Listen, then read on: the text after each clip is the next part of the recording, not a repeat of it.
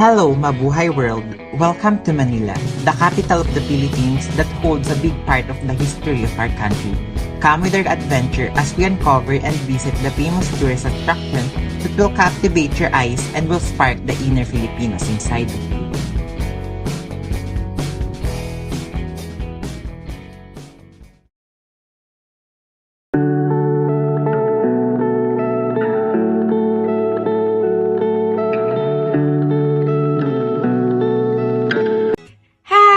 Welcome to Paku Park, right in the heart of Manila. We're both rich and ordinary people who died from cholera in 1820 rest. Also here are notable peoples like Jose Rizal and the Gumburza priest. This is the outer wall. Check out this historical marker for Gumburza and Ramon Solano. Then, it's like a walking through a history book with all those tombstones telling stories from back in the day. And we found the graves of Padre Mariano Gomez, Padre Jose Burgos, and Padre Jacinto Zamora who were accused of rebellion and their punishment was to be executed. They are the Gumburza. It's a bit tricky to find this because their tombstones doesn't have any names. Now, we came across this RPG sign, which is the reverse of Dr. Jose Rizal initials. He was buried in an unmarked grave to prevent his body from being used as a rallying point. Let's go further into the park. This is the inner wall. Here, we're discovering about rich Spaniards who also got cholera. It's like entering a new world, where you can really feel the stories all around you. We are now at the center of the Paco Park, which we can see the St. Pancratus Chapel. We can find the Mausoleum of Gobernador General Ramon Solano y Liberal.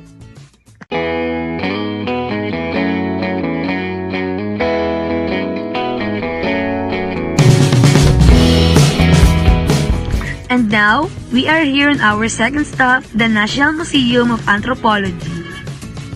The Marble Hall is the main entrance of the National Museum and Anthropology. The first highlight of our visit, mga sinauna at tradisyonal na panulat sa Pilipinas, where you can spot the Doktrina Kristiyana and the Baybayin writing system. You can also see the Maitom jar, mortuary vessels, and the Leta-Leta jarlet with a yawning mouth, discovered in northern Palawan, and the fragments of the human-shaped earthenware. These are the artifacts discovered that can be dated back during the pre-colonial era.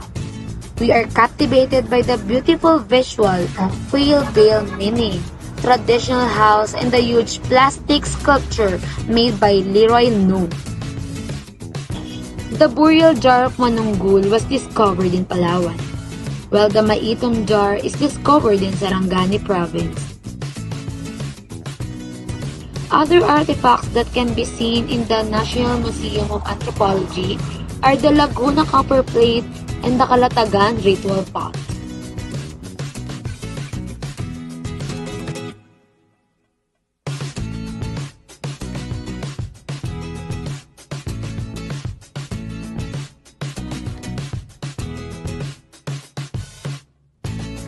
After exploring all the historical artifacts, it is now time to visit the National Museum of Fine Arts.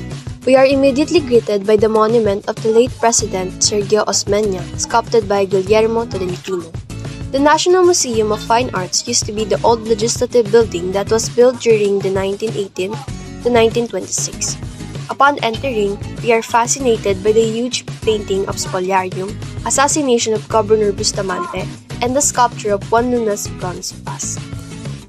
As we walk through the museum, we encounter increasingly significant artworks that captivate our attention. We explore the work of our national artist, Fernando Amorzon, like the Mother and Child painting and the Pawai Church. These paintings are renowned for their detailed craftsmanship and vibrant colors. Every artwork in the museum captures different themes, and the best part is you can appreciate and interpret them based on your perspective.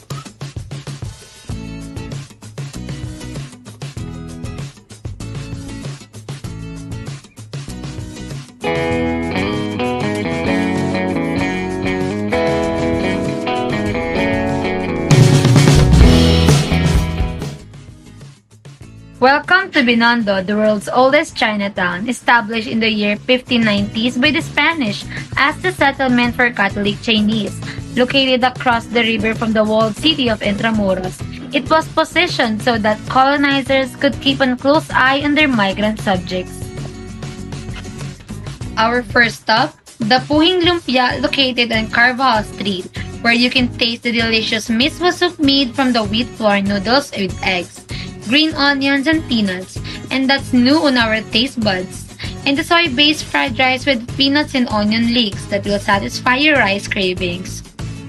Next, Dongbei dumplings on Yuchenko streets, renowned for its kuchay dumplings. Some of us were fans, while others were not, described as chewy, light, and flavorful. These dumplings have a unique taste that entices you to take another bite, explaining their widespread popularity.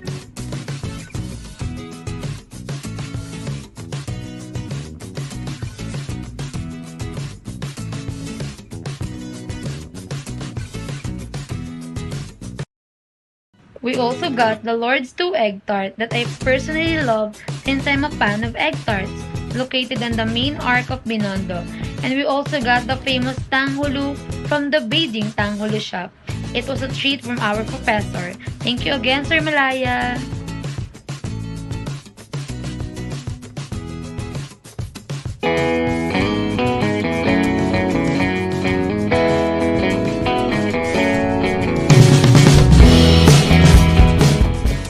Hi! Welcome now to the walled city of Manila, Intramuros, the place that is rich in history and one of the most famous tourist attraction here in Manila. Most of the establishment in this place was maintained to preserve its historical value. This is the Roman Catholic Cathedral of Manila. It was destroyed and rebuilt several times throughout history. Bantayog ni Haring Carlos IV is a monument to celebrate and show gratitude to the King Charles IV of Spain. We are here now at the Palacio del Gobernador. It was the site of the former residence of the Governor General before the Malacañang Palace became the current site of residence. And of course, the famous San Agustin Church, which is one of the 4 Baroque churches in the Philippines.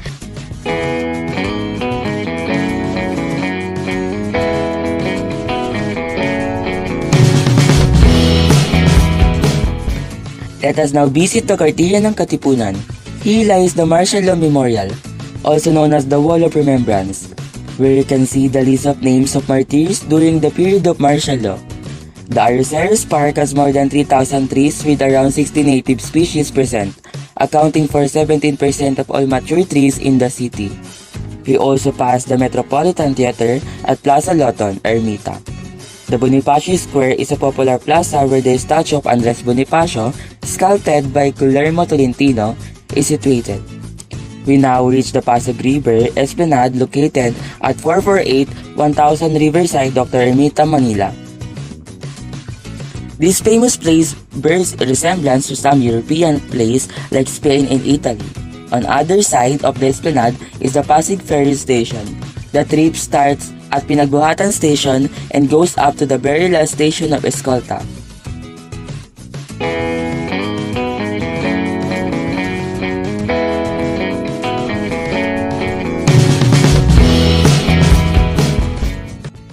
Hello, this is the Rizal Shrine. Here stands a monument honoring our national hero, Rizal, and his significant contributions to our country. The statue shows Rizal holding his important books, Noli Me Tangere and El Filibusterismo. A similar monument is found in Madrid, Spain.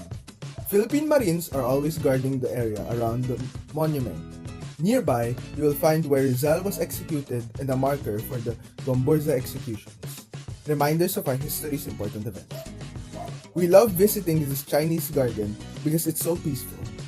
We were surprised to learn that the construction of this serene place was made possible by Cado Roy Valencia, the NPDC vice chairman at the time. He asked for funding from Taiwan and they sent the 78-year-old C.Y. Shi, a well-known landscape artist, alongside Ernesto Villavicencio from the Philippines and the Filipino landscape architect to help. According to reports, the construction of the Chinese garden costs 850,000 pesos. This Japanese garden is quite fascinating. It feels that we are really in Japan. During our exploration, we discovered that here in the Japanese garden, is home to the Trece Martires de Bagumbayan marker. This marker commemorates the bravery of 13 Filipino patriots who were arrested on the charges of treason and sedition on January 11, 1897, following the cry of Pugad Lawin.